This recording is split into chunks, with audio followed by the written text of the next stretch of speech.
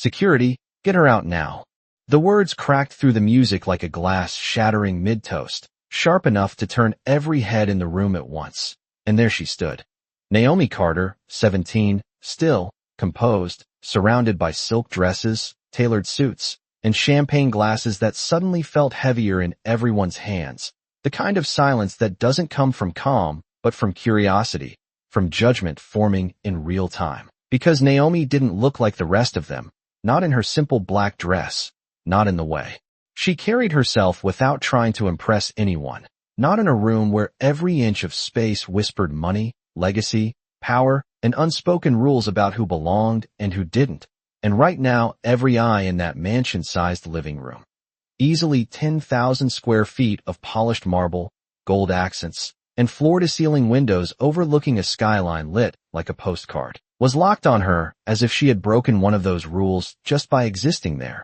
But 10 minutes earlier none of this had started as chaos. It had started with a quiet entrance, a single step through oversized double doors, Naomi walking in alone without hesitation, without checking her phone, without scanning for approval, just moving forward like she had every right to be there even if no one recognized her. And that was the first problem, because in a room full of familiar last names, private school circles, and generational wealth, being unknown was its own kind of offense, the kind that didn't get spoken out loud at first. It showed up in glances, in subtle pauses, in conversations that lowered just enough for whispers to travel. Who invited her? Someone murmured near the bar. Another voice answered under a breath, "She's not on the list." And Naomi heard it. Of course she did. But she didn't react, didn't flinch, didn't rush to explain herself the way they expected. Instead, she moved deeper into the room, calm, observant, as if she had seen this exact moment play out before in 100 different places, because she had, and that calm only made them more uncomfortable, especially Chloe Whitman, standing near the center of the room like she owned it, draped in a designer gown that probably cost more than most people's rent for a year, her eyes narrowing as Naomi approached within view, because Chloe was used to controlling the narrative, used to knowing everyone who mattered, and Naomi didn't fit into that equation. So she stepped forward, smile tight, voice just loud enough to carry, "Hey, I think you might be in the wrong place." And just like that, the circle tightened, people inching closer without admitting they were watching, waiting for Naomi to stumble, to apologize, to reveal she didn't belong. But Naomi didn't give them that. She just looked at Chloe, steady, unreadable, and for a brief second something shifted, something Chloe couldn't quite name, which only irritated her more. So she pressed harder, "Seriously, this is a private event," and a few quiet laughs followed. The kind that aren't funny but serve a purpose, reinforced the line being drawn, and somewhere off to the side, Daniel Reed, a young investor who had seen enough rooms like this to recognize when something was off, paused mid-conversation, his attention pulled toward Naomi not because of what she was doing, but because of what she wasn't doing. She wasn't shrinking, wasn't arguing, wasn't performing, she was just there, grounded in a way that didn't match the tension building around her, and Daniel felt it before anyone else did. That subtle imbalance, like the room had misjudged something important, but no one else was ready to see it yet. Not Chloe, not the guests leaning in, not the host across the room starting to notice the disturbance forming. Because to them this was simple, a gatekeeping moment, a correction, someone out of place being reminded of it. But to Naomi, this was something else entirely, something she had been prepared for long before she ever stepped through those doors. Chloe's smile sharpened when Naomi did not respond the way she expected, and in rooms like this, silence was often mistaken for weakness, so she leaned in just enough for the people closest to her to hear, but loud enough for the tension to spread. "Look, I am trying to help you before this gets embarrassing." And that word hung in the air like a quiet threat, not shouted but understood. Because embarrassment in a room full of power was currency, and everyone present knew how quickly it could turn into exile. Yet Naomi did not move, did not apologize, did not reach for her phone to prove anything. She simply held Chloe's gaze with a calm that felt out of place.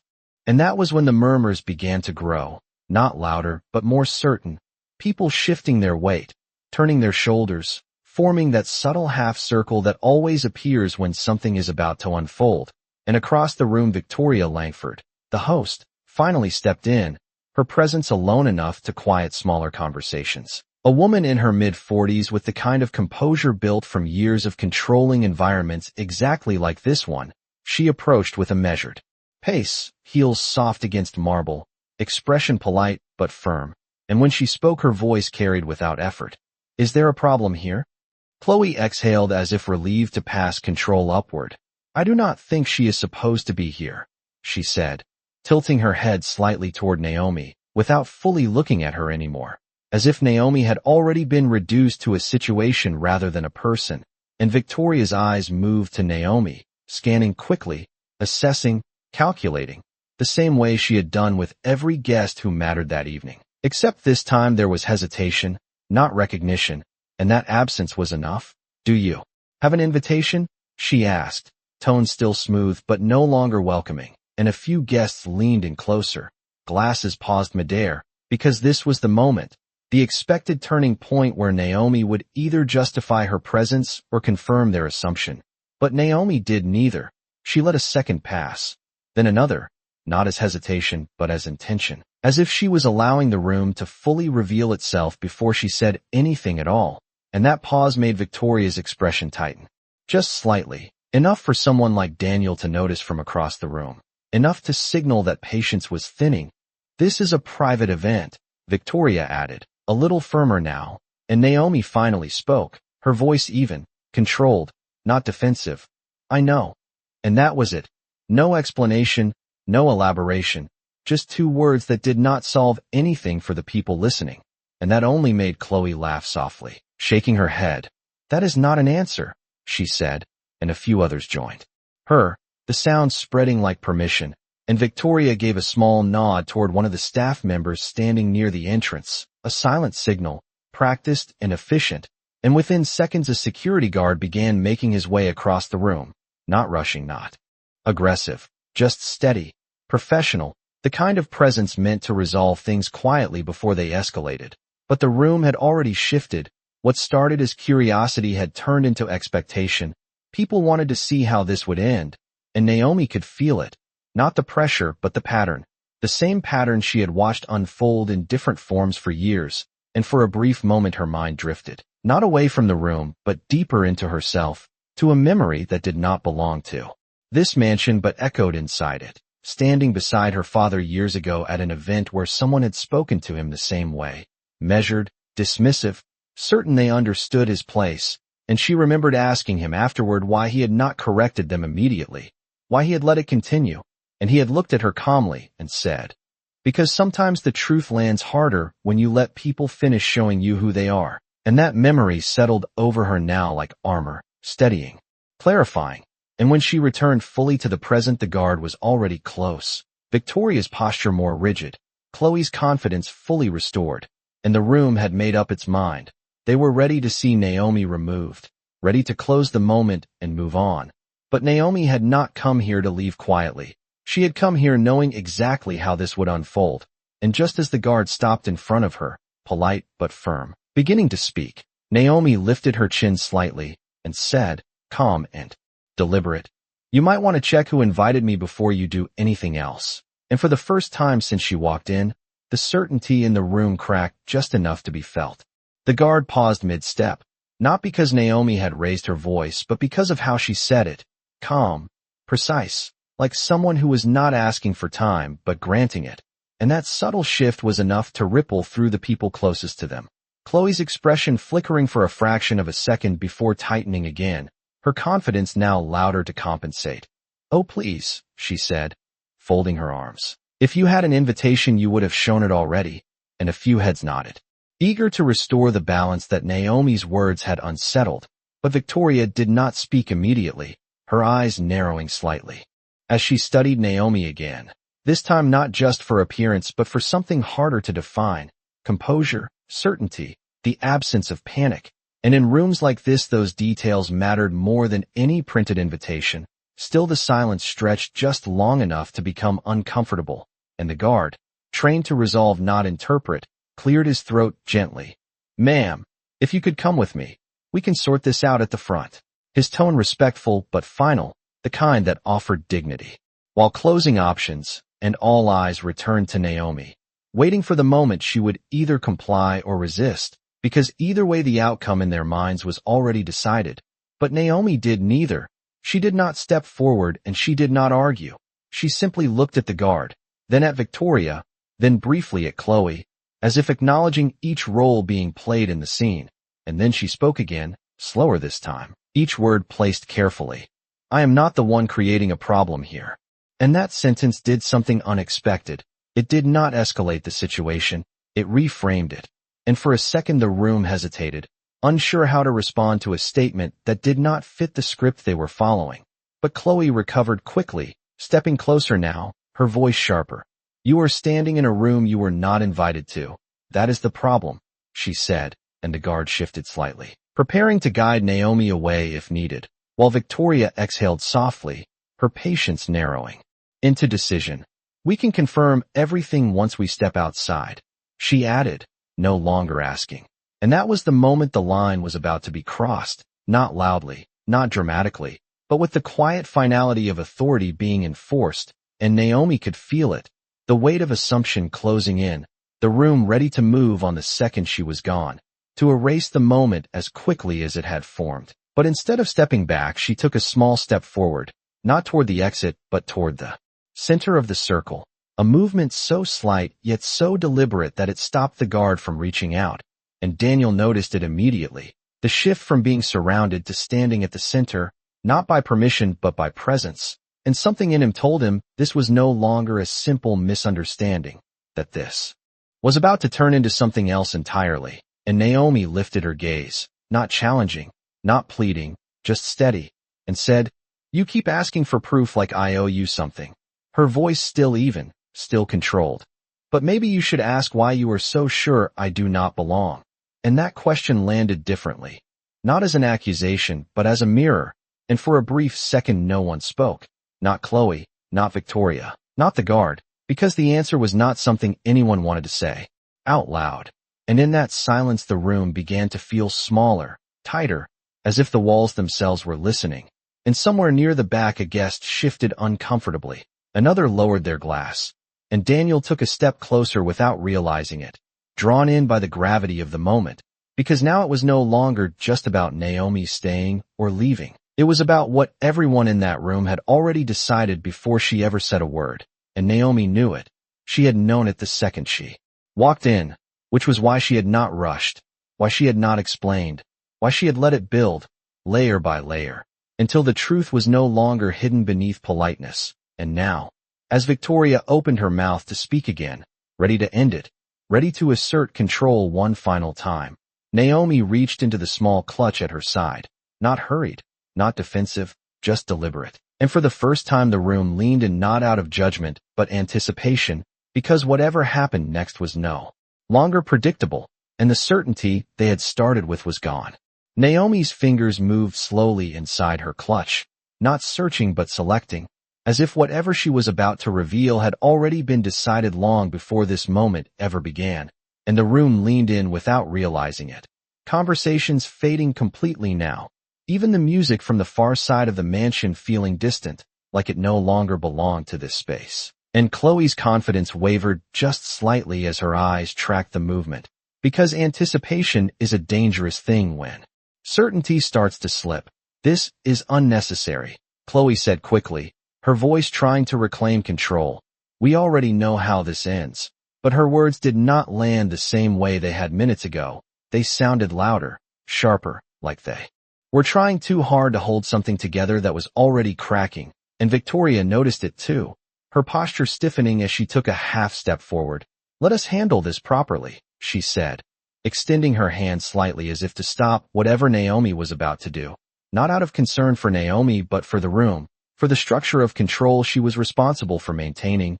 But Naomi did not stop. She withdrew a small, simple card, nothing flashy, nothing that immediately signaled wealth or status, just a clean, matte black surface that caught the light in a way that made it stand out against everything else. And for a second no one reacted because it did not match their expectations.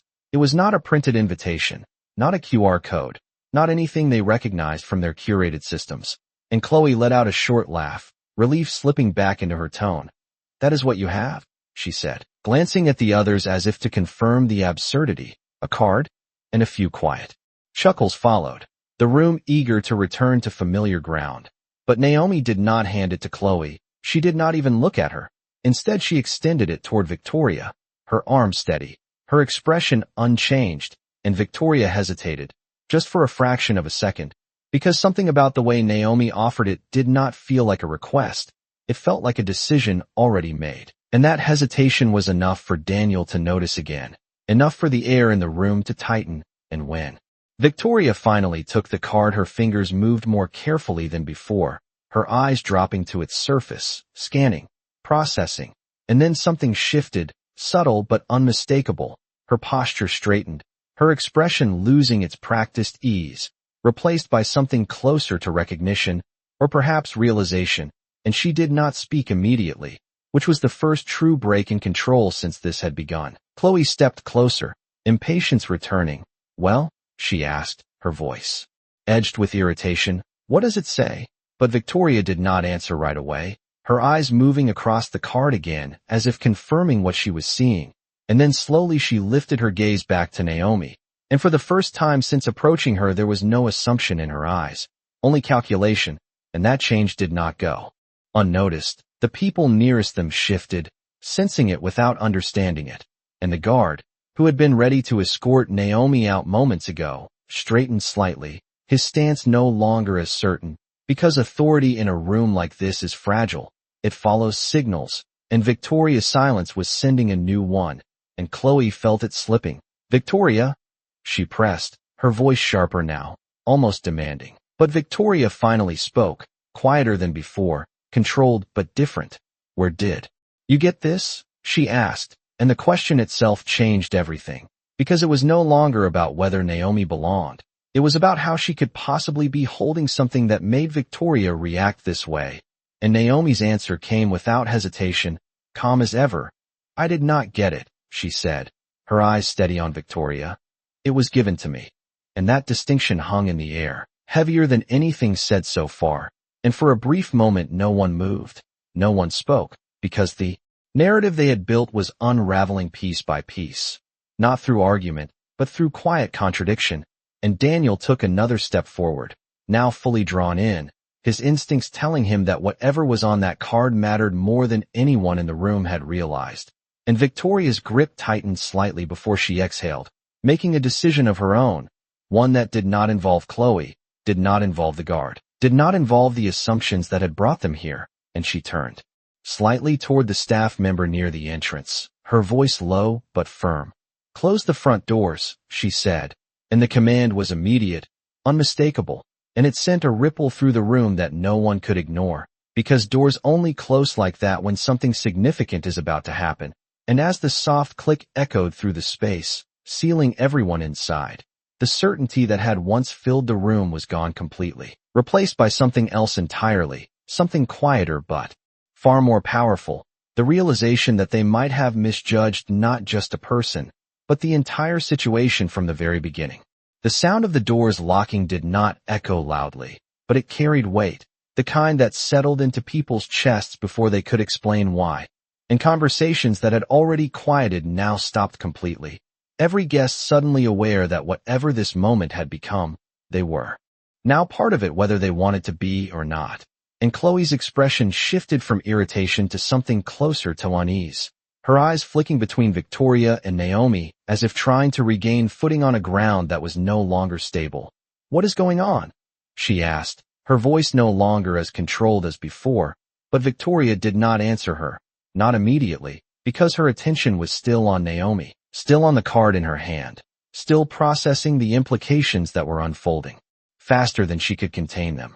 And the guard, who had been ready to act moments earlier, now stood slightly back, his posture adjusted, no longer leading the situation but waiting, because authority had shifted without a word being spoken about it. And that shift was becoming impossible to ignore, and Daniel felt it clearly now, stepping closer into the circle, his curiosity no longer casual but focused, because this was no longer about a misunderstanding, this was about hierarchy being quietly rearranged in real time. And Naomi remained exactly where she had been, calm, composed, not enjoying the moment, not reacting to the tension around her, simply allowing it to unfold, which in itself became its own kind of power, because everyone else in the room was now reacting to her stillness, not the other way around. And Victoria finally spoke, her voice lower than before, controlled but stripped of its earlier certainty. "Who are you?" she asked, and the question landed differently than any of the ones before it, because it was no longer dismissive, it was necessary, and a ripple moved through the guests as they heard it, because that question meant something had changed, something significant enough to make the host of the evening ask for clarity instead of enforcing removal, and Chloe stepped forward again, unable to stay silent. "It does not matter who she is," she said quickly, trying to pull the moment back into familiar territory. "She still does not belong here." But the words did not hold the same weight anymore. They felt thinner, less certain, and even Chloe seemed to sense it as she spoke them. And Naomi turned her head slightly toward her, not with anger, not with frustration, but with a calm that felt almost instructional, as if she had seen this exact resistance before, and then she looked back at Victoria and answered, her voice steady. "I am someone who was invited." And again she did not elaborate, did not offer more than what was necessary. And that restraint only deepened the tension, because now it was clear that Naomi was choosing what to reveal and when, and that meant the room was no longer in control of the narrative. And Victoria inhaled slowly, her grip on the card tightening just slightly as she made another decision, one that would either restore order or confirm what she was beginning to suspect, and she turned to one of the staff members standing near the hallway. "Call Mr. Carter," she said, her voice quiet but firm.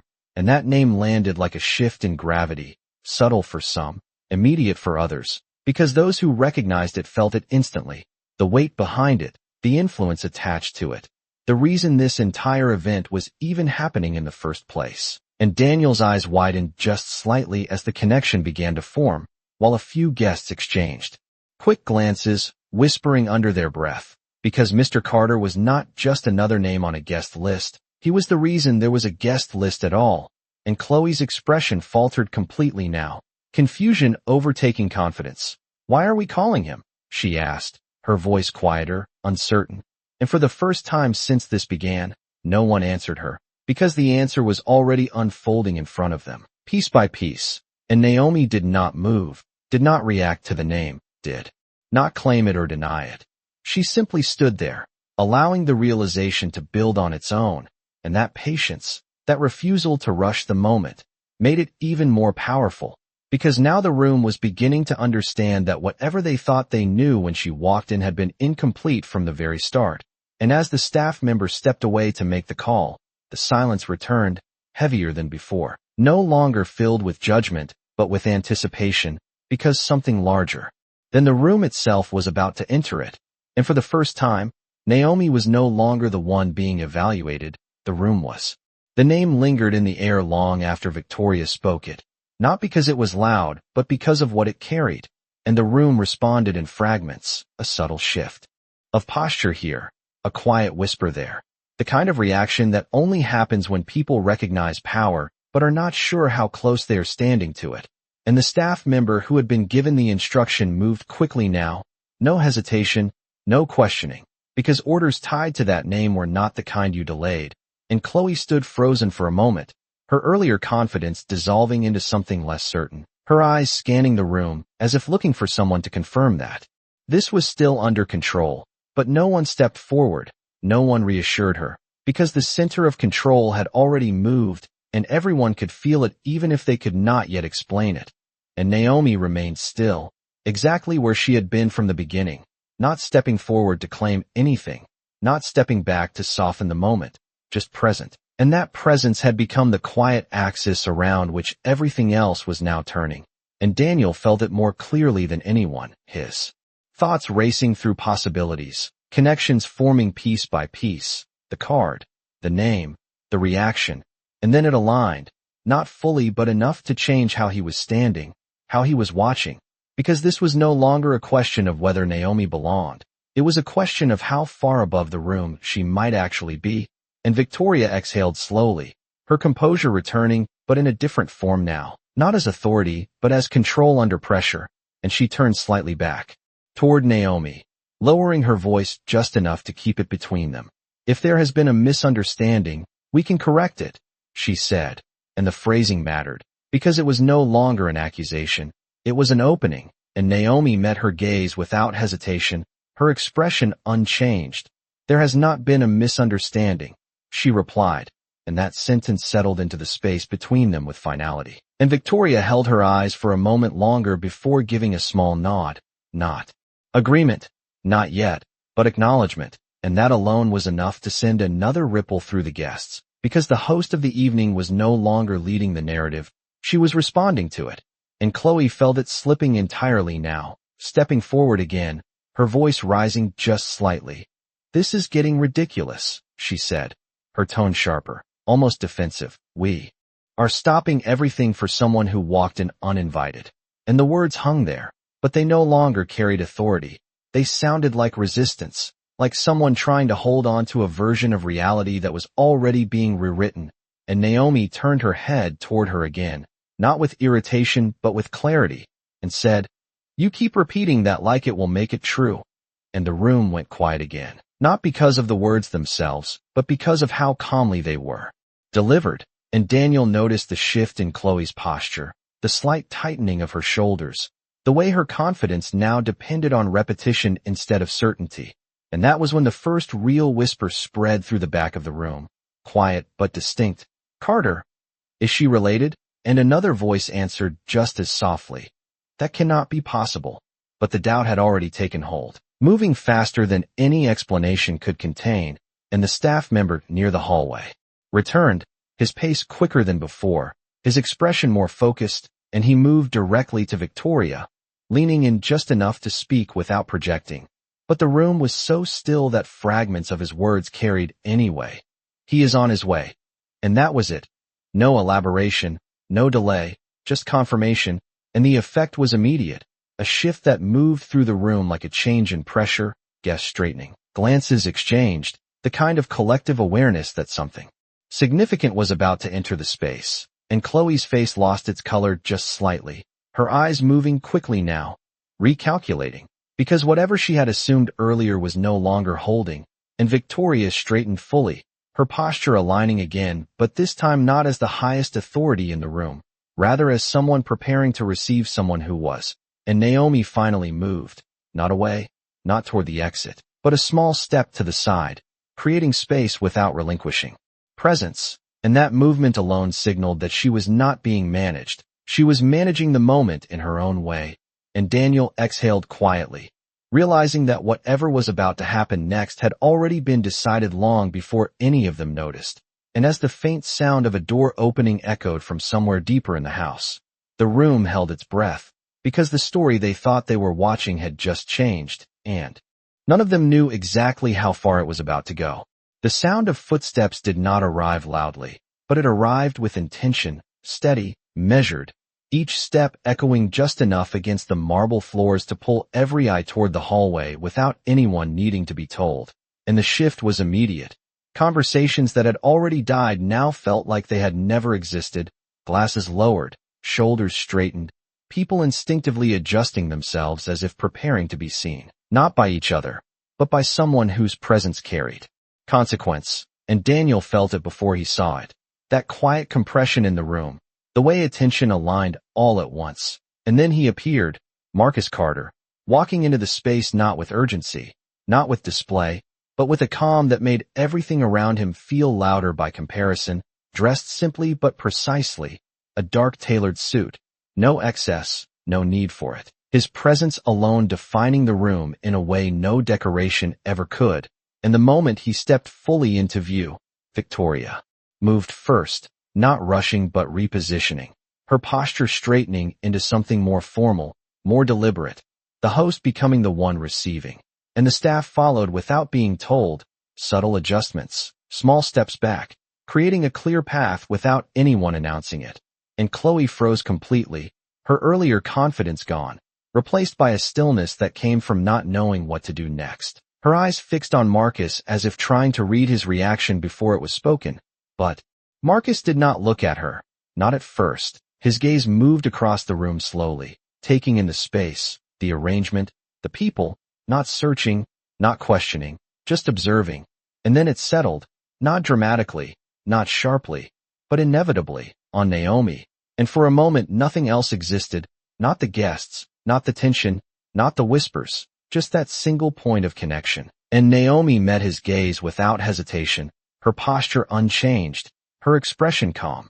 And there was something in that exchange that did not need explanation, something understood between them that the rest of the room could feel, but not interpret. And Marcus took a few more steps forward, closing the distance. And when he finally spoke, his voice was not raised, not forceful, but it carried through the room with absolute clarity. What happened here? And the question did not sound like curiosity. It sounded like structure, like something that expected an answer and would not be ignored.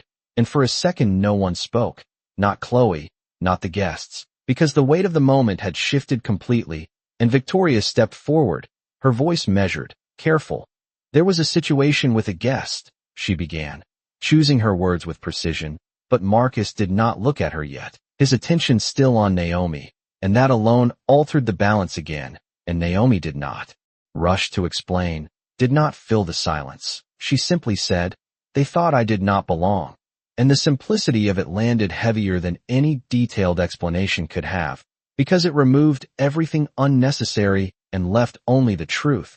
And Marcus's expression did not change dramatically, but something in his eyes sharpened, not anger, not surprise, but recognition, as if this was not new, as if he had heard this before in different rooms, different contexts, and he nodded once, slowly, acknowledging the statement.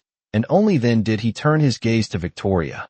And when he did, the room seemed to tighten again, because now the question had direction, and Victoria held her composure. But there was a shift, subtle but visible, the awareness that she was no longer managing the situation but answering for it. And Chloe took a small step back without realizing it, her confidence now replaced by calculation, because whatever she had assumed earlier was gone, replaced by the realization that the person she had dismissed was now the center of something far larger than she had understood. And Daniel exhaled quietly, the pieces fully aligning now, the name, the presence, the connection. And as Marcus stood there, not raising his voice, not demanding attention, but holding it completely, the room understood something all at once. This was no longer about who belonged at the party. It was about who defined it. Victoria felt the weight of his gaze settle on her before he said another word. And in that silence, she understood something she had not allowed herself to consider before, that whatever had happened here was no longer contained within the boundaries of a social misstep. It had crossed into something far more consequential, and she chose her words carefully, each one placed with intention. There was a concern about verification, she said, her tone controlled, professional, but stripped of the quiet authority she had carried earlier. We were in the process of resolving it. And Marcus listened without interruption, his expression unreadable, not reacting, not affirming, just allowing her explanation to exist in the space between them. And that alone made it feel insufficient, because silence from someone like him was not neutral, it was evaluative. And Chloe, unable to contain the tension building around her, stepped forward, her voice quick, almost urgent now. "She walked in without being on the list," she said, gesturing toward Naomi as if pointing would restore clarity. "We were just following protocol." And the word protocol hung there, echoing something that had felt solid minutes ago, but now sounded hollow under scrutiny. And Marcus turned his head slightly toward Chloe, not sharply, not aggressively, just enough to acknowledge her presence. And that small movement was enough to stop her from speaking further, because there was something in the way he looked at her that did not invite continuation. It invited reflection, and Chloe felt it, her voice catching before she could add anything else.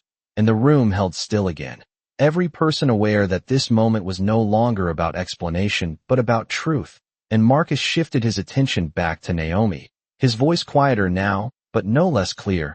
"Did you tell them who you were?" he asked. And Naomi answered without hesitation, "No."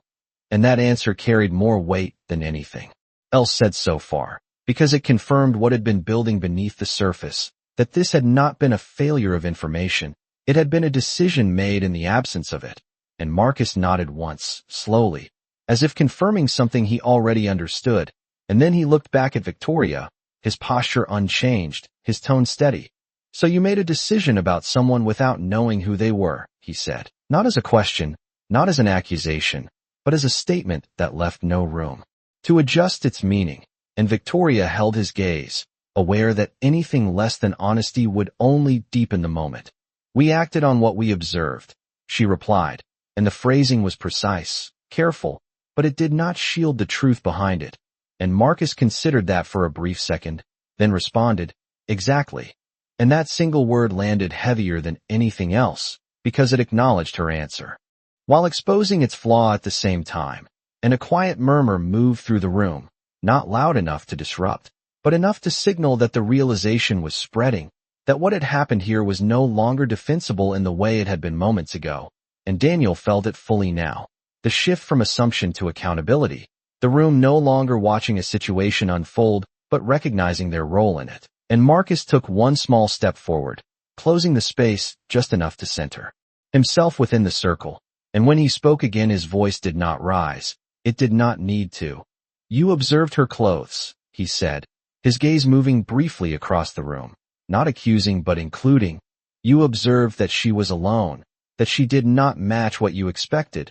And each word felt like it was being placed carefully into the room, building something that no one could easily dismiss. And from that, you decided she did not belong. And there it was, not shouted, not dramatized, just laid out plainly. And the simplicity of it made it undeniable. And Chloe looked down for the first time, her earlier certainty dissolving into silence, while Victoria remained still, absorbing the statement without interrupting. Because there was nothing to interrupt. It was already complete, and Naomi stood beside him, not stepping forward, not claiming the moment, just present within it. And that presence now felt different to everyone watching, no longer questioned, no longer uncertain, but understood in a way that required no further explanation. And Marcus let the silence sit for a moment longer, not rushing to fill it, allowing the weight of what had been said to settle fully. And when he finally spoke again, his voice carried a final clarity that left no room for misinterpretation. The problem was not that you did not know who she was, he said, his gaze steady. The problem is how you treated her when you thought she did not matter. And with that, the room understood completely, not just what had happened, but what it meant. The silence that followed his words did not feel empty. It felt full, dense with realization, and no one in the room moved to break it because there was nothing left to argue. Nothing left to reinterpret. The truth had already settled into place, and for the first time since the moment began, the attention was no longer shifting. It was fixed, anchored in a clarity that made everything before it seem smaller. And Chloe stood there, her posture no longer confident but rigid, as if holding herself together required more effort than speaking ever had. Her eyes no longer meeting anyone else's, because the room had turned in a way she could not control. And Victoria remained composed but quieter now, her earlier authority replaced by a measured awareness of consequence, because she understood what this moment represented beyond the room, beyond the guests, beyond the evening itself. And Marcus did not rush to fill the space. He allowed it to breathe, allowed the weight of what had been said to settle into every corner of the room, because he knew that understanding could not be forced. It had to arrive on its own. And when it did, it was far more permanent. And Naomi stood beside him, unchanged, not stepping forward to claim validation, not reacting to the shift in energy, simply present, as she had been from the beginning. And that presence now felt different to everyone watching, not questioned, not evaluated, but recognized. And Daniel felt it fully now, the moment where perception breaks and something clearer replaces it. And he glanced around briefly, noticing how others had shifted as well, shoulders lowered, expressions tightened, conversations that would not start again because no one wanted to be the first to pretend nothing had happened. And Marcus finally spoke again, his voice steady, not louder, but carrying a finality that made it clear this was no longer a discussion. This event exists because of partnerships, he said, his gaze moving across the room slowly, including everyone without singling anyone out. Investments, relationships, decisions made long before tonight. And the words reframed the space itself, reminding everyone that what they stood in was not just a party, it was a structure built on influence and trust. And he paused briefly, not for effect, but to allow the connection to form. And then he continued, and every person in this room benefits from those decisions. And the implications settled in immediately, because it connected everyone present to something larger than themselves, something they had taken for granted. And Marcus turned slightly, his gaze returning to Victoria. So when someone is treated like they do not belong, he said, his tone unchanged, you are not just making a social mistake. And there was a slight pause, just enough to emphasize what followed. You are undermining the very foundation that brought you here. And that landed with a different kind of weight, not emotional, not reactive, but structural, the kind that made people reconsider their position within the system they relied on. And Victoria nodded once, slowly, not in agreement alone, but in acknowledgement of what that meant, because she understood it now in a way that extended beyond this moment. And Chloe shifted her weight, finally looking up again. But there was no defense left in her expression, only the realization that whatever she had assumed had been wrong in a way that could not be easily undone. And Naomi glanced briefly toward her, not with judgment, not with triumph, but with a calm that felt almost instructive, as if the lesson did not require words. And Marcus looked back at Naomi then, his expression softening, just slightly, not in weakness but in familiarity. And that subtle change did not go unnoticed. It confirmed what many in the room had already begun to understand but had not yet fully accepted. And he said, quietly but clearly, you did exactly what I taught you. And Naomi gave the smallest nod in response, not proud, not relieved, just steady. And that exchange completed the picture for everyone watching, not through explanation but through connection. And the room, once filled with certainty, now stood in a different kind of silence. One that did not come from confusion but from understanding, because the moment had moved beyond a simple misunderstanding and into something far more defining, and there was no going back to what it had been before. No one spoke after that, not because they were waiting for permission, but because they understood that anything said now would only echo what had already been made clear. And Marcus let that silence hold for a moment longer before shifting his attention fully to Victoria, his expression composed, his posture unchanged. But there was a finality in the way he stood that made it clear the next words would not be open for interpretation. This is not about correcting a mistake, he said, his voice even, controlled. It is about accountability. And the words settled into the room with a weight that felt different from everything before it. Not emotional, not reactive, but decisive. And Victoria nodded slowly, her shoulders straightening as she accepted what that meant. Not just for the moment, but for what would follow it. Because she understood that this was no longer a private misunderstanding. It was a reflection of how the space she managed operated under pressure. And Marcus continued, not raising his voice, not needing to. When someone is made to feel like they do not belong in a place they were invited to, that is not a small oversight, he said, his gaze steady. That is a failure in judgment. And the phrasing left no room for dilution. No way to soften it into something less significant. And Chloe lowered her eyes again, her earlier certainty replaced entirely by the realization that her words, her assumptions, had contributed to something larger than she had understood. And Daniel watched quietly, recognizing the shift from exposure to consequence, the moment where realization becomes responsibility. And Marcus turned slightly, addressing not just Victoria but the room itself. Every person here represents something, he said, his tone calm but clear. A company, a network, a standard. And as he spoke, the guests seemed to feel the connection more directly, as if their presence carried more weight than it had just minutes ago. And standards are not measured when everything is easy, he continued. They are measured in moments like this. And the statement reframed the entire situation again, not as an isolated incident, but as a test, one that had already been completed. And the result was now visible to everyone.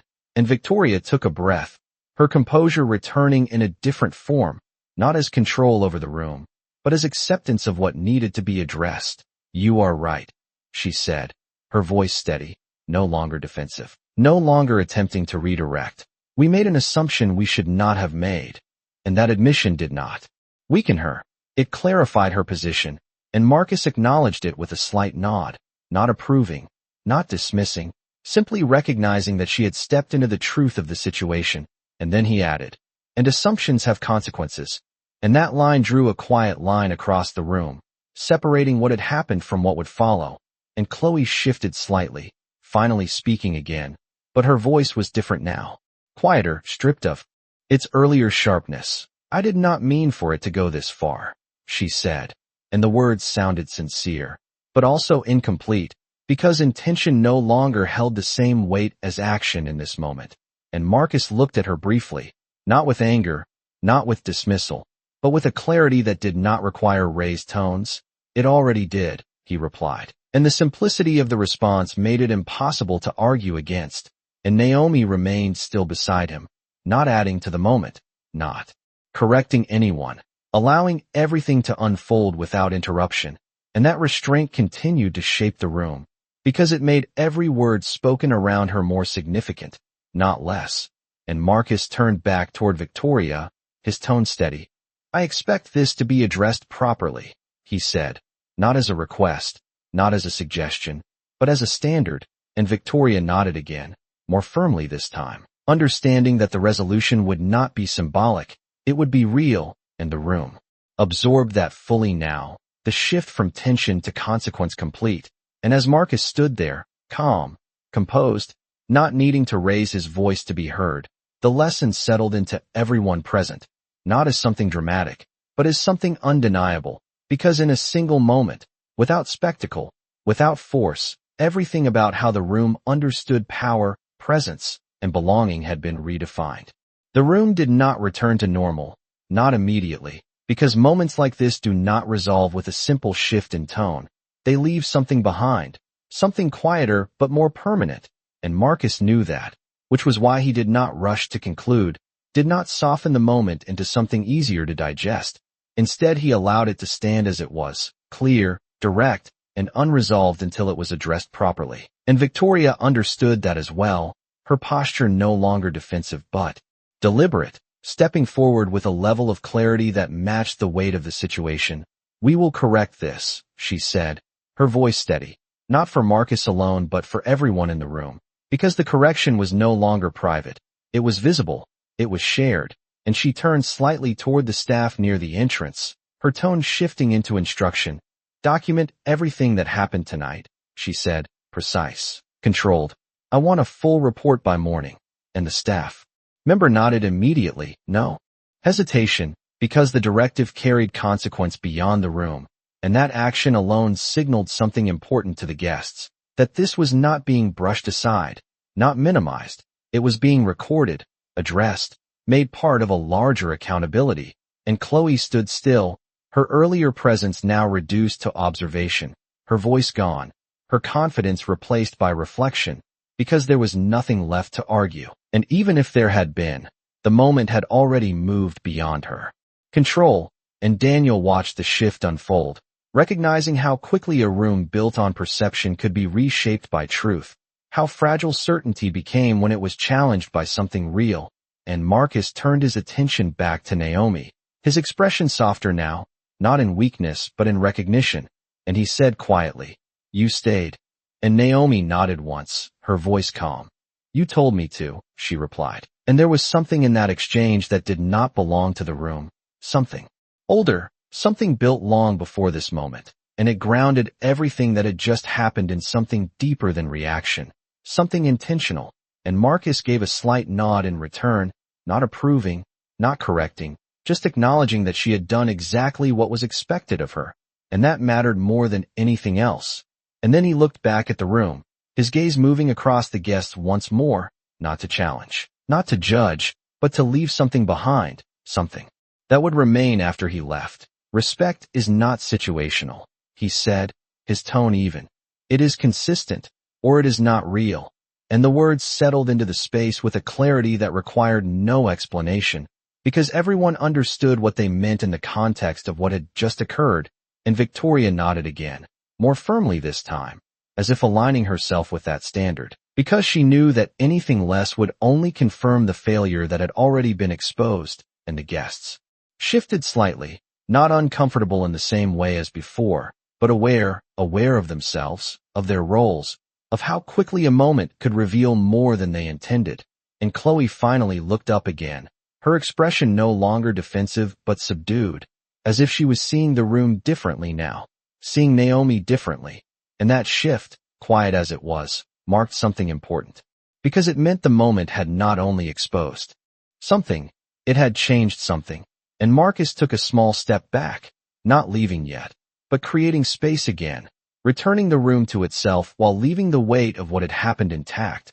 And Naomi remained beside him, steady, unchanged, not needing to say more, because everything that needed to be understood had already been said.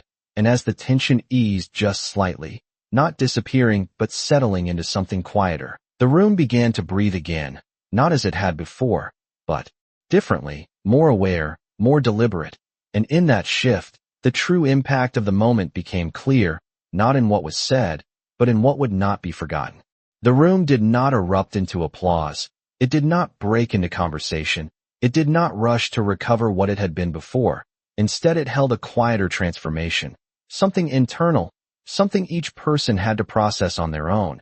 And that was what made it more powerful, because there was no performance left, no illusion to maintain, only reflection. And Marcus understood that the moment had reached its natural conclusion, not because it had been softened, but because it had been fully seen, and he did not need to extend it any further.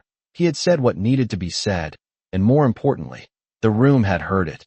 And he turned slightly toward Naomi, his posture easing just enough to signal that the focus was no longer on confrontation but on closure. And Naomi mirrored that shift without effort. Her shoulders relaxed, her gaze no longer fixed on anyone in particular, but steady within herself. And that quiet transition did something unexpected. It allowed the room to breathe again, not in relief, but in awareness. And Victoria took a small step forward, not to regain control, but to acknowledge what had happened in a way that matched its weight. "Miss Carter," she said, her tone respectful now, precise. "I apologize." And the words were simple, but they carried more than formality. They carried recognition, not just of Naomi's identity, but of the way she had been treated before that identity was known. And Naomi looked at her, not dismissing, not accepting. Immediately, just listening. And Victoria continued, "This should not have happened, not here." And there was a subtle emphasis in her voice, not defensive, but accountable. And Naomi gave a small nod, not dramatic, not emotional, just enough to acknowledge that the words had been heard. And that was all she offered, because she did not need to say more. The moment had already spoken for her. And Chloe shifted slightly, her hesitation visible now, her earlier certainty replaced by something closer to humility. And she took a small step forward, her voice quieter than it had ever been. "I was wrong," she said, the words coming without decoration, without justification, and for a moment it felt as though the entire room leaned in again, not out of tension this time, but out of recognition, because admitting fault in a room like this carried its own kind of weight. And Naomi looked at her briefly, her expression unchanged, and said, "Now you know." And the simplicity of the response left no space for further explanation, no need for extended dialogue. It was not about forgiveness in that moment. It was about understanding. And Chloe nodded slightly, as if accepting that what had happened could not be undone, only learned from. And Daniel watched all of it unfold, feeling the shift complete itself, from tension to truth to consequence to something quieter, something that would last beyond the evening.